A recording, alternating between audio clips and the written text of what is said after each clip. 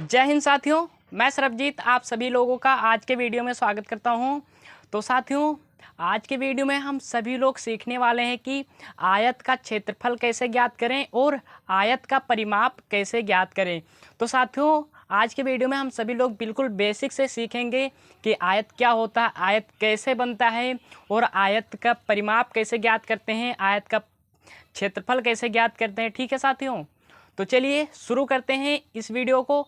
और साथियों, आप सभी लोग से एक रिक्वेस्ट है कि अभी तक साथियों आप लोगों ने वीडियो को लाइक नहीं किया है तो साथियों कर लीजिए, क्योंकि आपको इसमें पूरा बेसिक से सिखाएंगे कि आयत क्या होता है और इसका क्षेत्रफल और परिमाप कैसे ज्ञात करते हैं। तो चलिए साथियों शुरू करते हैं।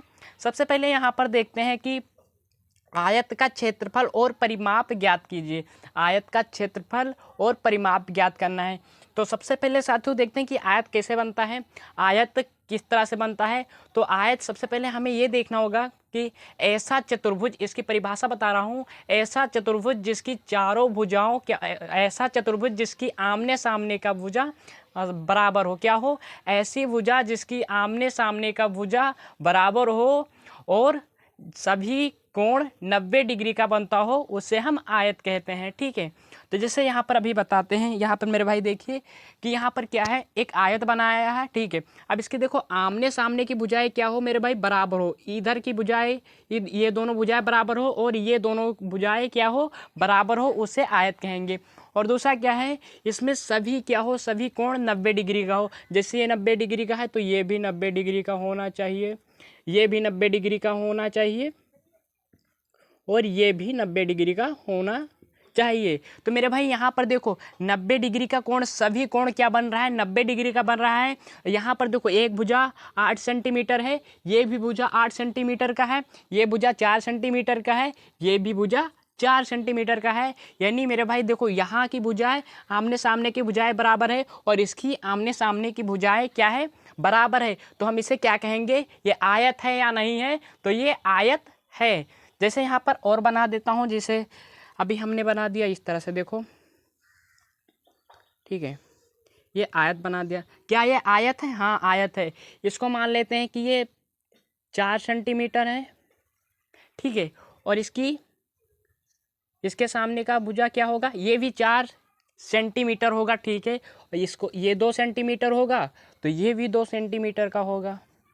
और जो सभी कोण बन रहा हो 90 डिग्री का बन रहा हो, सभी कोण क्या हो मेरे भाई, 90 डिग्री का बन रहा हो। ठीक है, सभी कोण क्या हो, 90 डिग्री का बन रहा हो, उसे आयत कहेंगे। अब इस तरह से आयत नहीं होगा। जैसे यहाँ पर एक और बना देता हूँ, जैसे ये आयत हमने बना दिया। ठीक है, अब मान लेते हैं कि जैसे ये कोण कितना है, ये कोण 5 सेंटीमीटर का मान लेते हैं, ये कोण 6 सेंटीमीटर का मान लेते हैं, तो ये हमारा आयत नहीं रहेगा। अभी इसको जैसे हमने 5 मान लिया, चलिए इसको 5 मान लेता हूँ। ठीक है,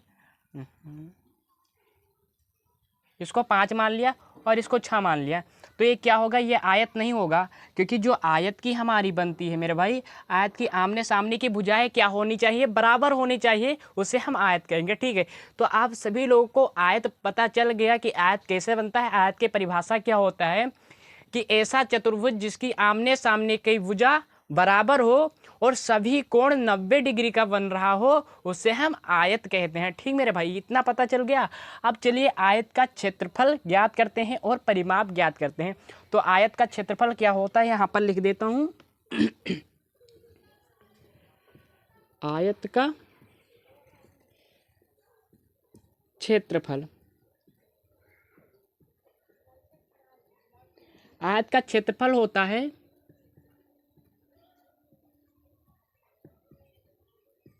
इधर लिख देता हूं, आयत का क्षेत्रफल होता है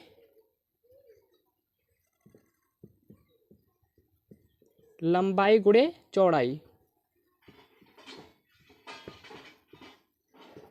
लंबाई गुणे चौड़ाई होता है। तो आयत का क्षेत्रफल लंबाई गुणे चौड़ाई होता है। और आयत का परिमाप क्या होता है, इधर आयत का परिमाप लिख देता हूं, आयत का परिमाप। ठीक है, अब यहाँ पर देखो आयत का परिमाप क्या होता है, 2 लंबाई प्लस चौड़ाई। 2 कोष्टक में क्या करेंगे, लंबाई इंटू क्या होगा, लंबाई प्लस चौड़ाई होगा, ठीक है। 2 इंटू लंबाई प्लस चौड़ाई, इस तरह से इसका परिमाप होता है और इसका आयत का क्षेत्रफल होता है लंबाई गुणे चौड़ाई होता है। तब चलिए अब बताते हैं कि यहाँ लंबाई क्या है, चौड़ाई क्या है। तो मेरे भाई यहाँ पर देखो लंबाई कितना सेंटीमीटर है, लंबाई 8 सेंटीमीटर है और चौड़ाई कितना सेंटीमीटर है, चौड़ाई 4 सेंटीमीटर है। यहाँ पर देखो, यहाँ पर 8 सेंटीमीटर है, ऊपर भी 8 सेंटीमीटर है, यहाँ चौड़ाई कितना है, 4 सेंटीमीटर है, तो ये भी 4 सेंटीमीटर है, ठीक है। तब चलिए अब आयत का हम क्षेत्रफल ज्ञात करते हैं। तो आयत का क्षेत्रफल क्या है, लंबाई गुणे चौड़ाई। तो लंबाई यहाँ पर कितना सेंटीमीटर है, 8 सेंटीमीटर है, तो 8 लिख दिया, और चौड़ाई कितना है, 4 सेंटीमीटर, तो 4 कर दिया। अब देखो 4 को 8 से गुणा करेंगे तो कितना आ जाएगा, 8 चौक कितना होता है मेरे भाई, 8 चौक कितना होता है, 32, तो 32 आ गया। लेकिन यहाँ पर सेंटीमीटर में है तो कितना आ जाएगा, 32 सेंटीमीटर में आ जाएगा, ठीक है। तो इतना सभी लोगों को समझ में आ गया कि आयत का क्षेत्रफल कितना आया, 32 सेंटीमीटर आया। अब देखते हैं कि आयत का परिमाप कितना आता है। तो आयत का परिमाप फार्मूला है, यहाँ पर देखो सबसे पहले क्या है, यहाँ पर कर देता हूँ 2 है, फिर कोष्टक है, कोष्टक लगा दिया। अब लंबाई है तो लंबाई यहाँ पर देखो कितना है, लंबाई यहाँ पर 8 सेंटीमीटर है, तो 8 सेंटीमीटर कर दिया, और प्लस है तो प्लस लगा दिया। और चौड़ाई कितना है, चौड़ाई 4 है, तो 4 कर दिया। अब देखो यहाँ पर 2 है तो 2 कर दिया, और कोष्टक है तो कोष्टक लगा दिया। 8 में 4 जोड़ेंगे तो कितना आ जाएगा, 12 आ जाएगा। अब देखो, अब ये ब्रैकेट में है यानी कोष्टक में है, तो कोष्टक के बाहर निकलेगा तो क्या हो जाएगा, गुणा में हो जाएगा। तो यहाँ पर लिख देता हूँ 2 गुणे 12। अब 12 को 2 से मल्टीप्लाई करेंगे तो कितना आ जाएगा, 12 दूनी कितना होता है, 24, और सेंटीमीटर में है, सभी सेंटीमीटर में है, तो इसको भी सेंटीमीटर में कर देंगे। तो मेरे भाई अब देखो आयत का क्षेत्रफल और आयत का परिमाप दोनों निकल ही आया है। तो आप सभी लोग को आयत का क्षेत्रफल और आयत का परिमाप निकालना आ गया होगा, यानी समझ में आ गया होगा मेरे भाई। तो ये वीडियो आप सभी लोग को कैसा लगता है ये कमेंट करके ज़रूर बताना, और आप सभी लोगों को कहीं भी कोई भी डाउट होता है तो कमेंट ज़रूर करना, हम उसका रिप्लाई दे देंगे साथियों। तो साथियों कमेंट जरूर करना, एंड अभी तक वीडियो को लाइक नहीं किए हो तो साथियों कर लीजिए, और चैनल को सब्सक्राइब जरूर करिए साथियों। तो साथियों अगली वीडियो में हम सभी लोग फिर मिलेंगे, हम आप सभी लोगों के लिए इसी तरह से नए नए वीडियो बनाते रहेंगे, शानदार वीडियो बनाते रहेंगे।